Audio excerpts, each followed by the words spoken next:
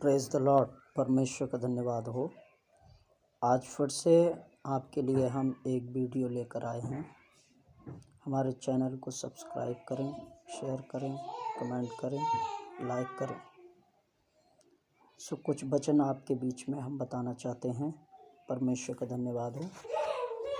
इस वचन को आप ध्यान दीजिए। हम सबों की आँखें तेरी ओर लगी रहती हैं। वचन संहिता 145 अध्याय का 15वां वचन। सबों की आंखें तेरी ओर लगी रहती हैं और तू उनको आहार समय पर देता है। परमेश्वर का धन्यवाद हो। संसार में जितने लोग हैं उन सबकी आंखें परमेश्वर की ओर ही लगी रहती हैं, पर वो अनजान है।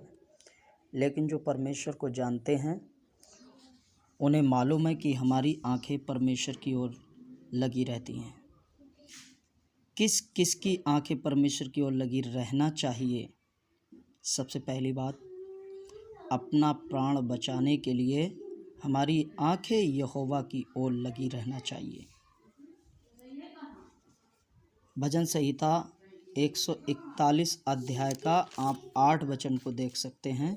तो लिखा है, परंतु हे यहोवा प्रभु, मेरी आंखें तेरी ही ओर लगी हैं। मैं तेरा शरणागत हूँ, तू मेरे प्राण जाने ना दे। हमारा प्राण बचने के लिए हमारी आंखें परमेश्वर की ओर लगी रहनी चाहिए। दूसरी बात, परमेश्वर से हम कुछ पाने के लिए आशा रखते हैं तो हमारी आंखें उसके हाथ की ओर लगी रहनी चाहिए।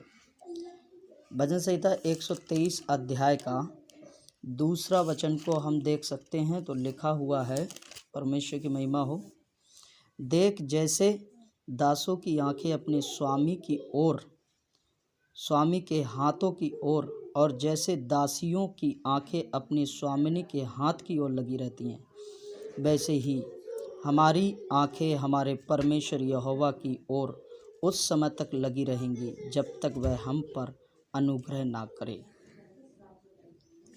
दूसरी बात, हम अगर कुछ पाने की आशा रखते हैं तो हमारी आंखें परमेश्वर के हाथ की ओर लगी रहनी चाहिए कि परमेश्वर हम पर अनुग्रह करे, परमेश्वर का आशीर्वाद हमारे ऊपर रहे, परमेश्वर की जो सच्चाई है हमारे ऊपर रहे, परमेश्वर की विशेष कृपा हमारे ऊपर रहे।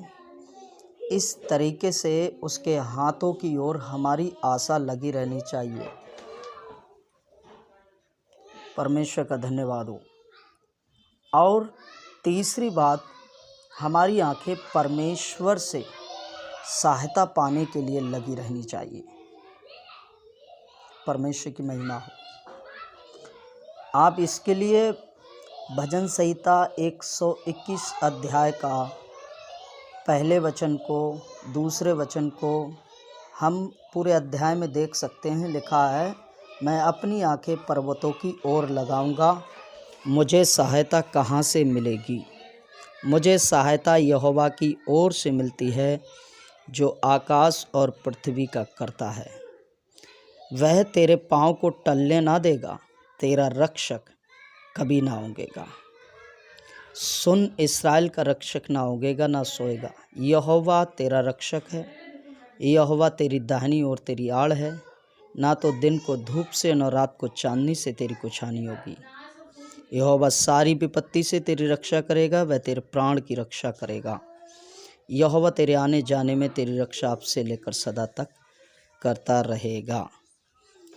पहली बात, हमारी आंखें सहायता पाने के लिए उसकी ओर लगी रहनी चाहिए। दूसरा, परमेश्वर का वचन यह बताता है, हमें अपनी रक्षा पाने के लिए परमेश्वर की ओर हमारी आंखें लगी रहनी चाहिए। और विपत्तियों से बचने के लिए, हमारी रक्षा के लिए परमेश्वर की ओर हमारी आंखें लगी रहनी चाहिए। परमेश्वर हम पर अनुग्रह करे इसलिए लगी रहनी चाहिए। व्यर्थ वस्तुओं से फिरने के लिए यीशु की ओर लगी रहनी चाहिए। हमारे अंदर कोई व्यर्थ वस्तु की जो लालसा होती है उससे होना क्या चाहिए, अलग होने के लिए, पाप से अलग होने के लिए, और तरह तरह की व्यर्थ बातों से, तरह तरह के व्यर्थ विचारों से, तरह तरह की गाली गलौज से, तरह तरह की लड़ाई झगड़े से, इन सारी बातों से हमारी जो आंखें हैं उन बातों से फिरने के लिए परमेश्वर की ओर लगी रहनी चाहिए। और परमेश्वर का धन्यवाद हो, 119 अध्याय भजन संहिता और उसका 37वां वचन लिखा है, मेरी आँखों को व्यर्थ वस्तुओं की ओर से फेर दे, तू अपने मार्ग में मुझे जिला। व्यर्थ वस्तुओं से हमारी आंखें फिर जाएं, इसलिए हमारी आंखें परमेश्वर की ओर लगी रहनी चाहिए। परमेश्वर का धन्यवाद हो। हमारी प्रार्थना परमेश्वर सुने, इसलिए यीशु की ओर लगी रहना चाहिए। परमेश्वर का धन्यवाद हो। ये छठी बात है, हमारी प्रार्थना परमेश्वर सुने, इसलिए यीशु की ओर लगी रहनी चाहिए। मीका की पुस्तक 7 अध्याय और उसका 7वां वचन में लिखा हुआ है। परमेश्वर का धन्यवाद हो। मैं आपके सामने पढ़ता हूँ। प्रभु की स्तुति हो।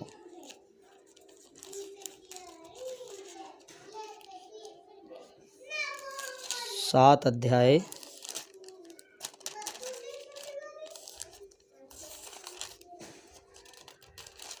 परमेश्वर की महिमा हो। 7 अध्याय का 7वां वचन, परंतु मैं यहोवा की ओर ताकता रहूँगा, मैं अपने उद्धारकर्ता परमेश्वर की बाट जोहता रहूँगा, मेरा परमेश्वर मेरी सुनेगा। हम अपनी आंखें परमेश्वर की ओर लगाना चाहिए, अपने उद्धारकर्ता परमेश्वर की बाट जोना चाहिए, जो हमारा उद्धारकर्ता यीशु मसीह है। हम किसी भी परेशानी में, किसी भी संकट में, किसी भी मुसीबत में, किसी भी बीमारी में या किसी भी बंधन में हैं, तो हम क्या करना चाहिए? हम परमेश्वर की ओर ताकना चाहिए, बाट जोना चाहिए, संगति करना चाहिए, प्रार्थना करना चाहिए, घर में भी और कलीसिया में भी। अगर हम घर में 2-3 लोग हैं तो इकट्ठे होकर उस बात के लिए प्रार्थना करना चाहिए, हे परमेश्वर, हम बाट जोते हैं, हम क्या करते हैं प्रभु, हम प्रार्थना करते हैं, तेरे वचनों पर विश्वास करते हैं और तू हमारी प्रार्थना को सुन। इसलिए हमारी प्रार्थना परमेश्वर सुने, हमारी आंखें उसकी ओर लगी रहनी चाहिए, उसकी ओर ताकते रहना चाहिए। 7वीं बात, चंगाई पाने के लिए हम ताकना चाहिए। प्रेरित की पुस्तक 3 अध्याय और उसका पहले वचन से हम पढ़ेंगे 4 वचन तक।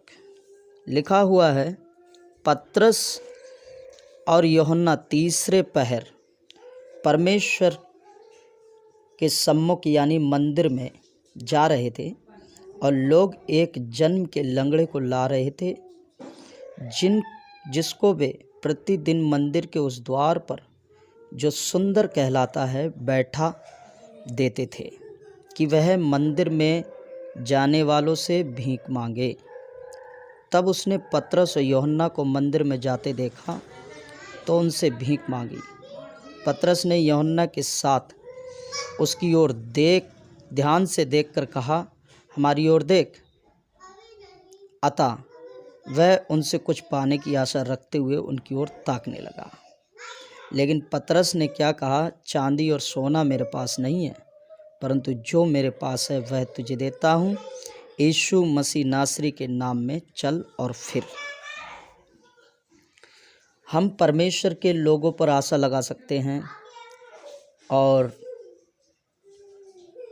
परमेश्वर पर आशा लगा सकते हैं कि चंगाई पाने के लिए, परमेश्वर हमारी आंखें तेरी ओर लगी हैं, हम परमेश्वर के दासों पर, परमेश्वर के पवित्र विश्वासियों की ओर अपनी आंखें लगा सकते हैं कि वो हमारे लिए क्या करें, प्रार्थना करें ताकि हम चंगे हो जाएं। जैसे स्वर्गीय वस्तुओं पर हम क्या करते हैं, मन लगाना चाहिए, हमारी आंखें लगी रहनी चाहिए, क्योंकि हम संसार में हर एक चीज़ पाने की आशा रखते हैं और उसकी ओर ताकते रहते हैं। जैसे बाज़ार में जाते हैं, अगर हमें कोई चीज़ अच्छी लगी तो हम क्या करते हैं, उस चीज़ को पाने की आशा रखते हैं, या हमारी कोई फ़ायदे की चीज़ है संसारिक तौर से तो हम उस चीज़ को पाने की आशा रखते हैं। लेकिन परमेश्वर का वचन लिखा हुआ है, जो कुलुस्सियों की पुस्तक बताती है। मैं आपके सामने वचन को प्रस्तुत करता हूँ, आप उसको ध्यान से सुनिए। कुलुस्सियों 3 अध्याय उसका 2 वचन, पृथ्वी पर की नहीं परंतु स्वर्गीय वस्तुओं पर ध्यान लगाओ। स्वर्गीय वस्तु हैं क्या? जैसे कि अभी बहुत सी बातें मैंने आपको बताई।